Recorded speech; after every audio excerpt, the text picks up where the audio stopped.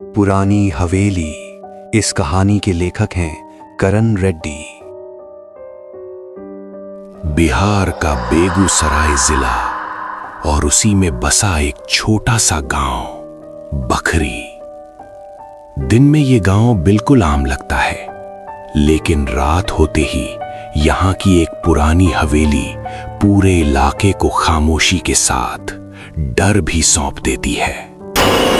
गांव के लोग कहते हैं सूरज ढलने के बाद उस हवेली के पास मत जाना, क्योंकि जो गया वो पहले जैसा कभी नहीं लौटा। बरसात की शाम थी। पटना से आया एक युवक प्रणव, जो पेशे से एक डॉक्यूमेंट्री फिल्म मेकर था। बखरी, यही वो जगह है जहां की हवेली के किस्से पूरे बिहार में मशहूर हैं। प्रणव अपने दोस्त बबलू के साथ गांव में दाखिल होता है। भाई, सच में जरूरी है यहाँ आना? लोग कुछ ज्यादा ही डरते हैं इस जगह से। डर ही तो हमारी कहानी बनेगा बबलू। गांव की चाय की दुकान पर बूढ़ा हरी काका बैठा था। बेटा, हवेली की तरफ मत जाना। वो सिर्फ इमारत नहीं, एक जिंदा बद्दुआ है। काका, ऐसा क्या हुआ था वहां? आज से 50 साल पहले उस हवेली में ठाकुर रघुवीर सिंह रहता था। निर्दयी आदमी।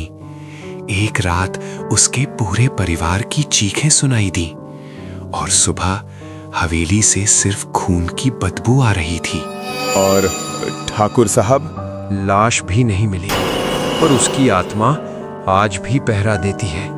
हवेली के सामने रात के ठीक 12 बजे प्रणव और बबलू टॉर्च और कैमरा लेकर हवेली के सामने खड़े थे। हवेली की दीवारों पर काई जमी थी, खिड़कियां बिना शीशे की थीं और अंदर से ऐसी खामोशी जैसे हवेली सांस रोक कर बैठी हो। प्रणव, मुझे ठीक नहीं लग रहा। अरे बबलू, चलो बस थोड़ा अंदर तक ही चलते हैं। जैसे ही प्रणव ने कदम रखा, मुख्य दरवाजा अपने आप बंद हो गया। ये कैसे हुआ? अचानक दीवारों से औरतों की सिसकियां गूंजने लगीं। यहाँ से चले जाओ।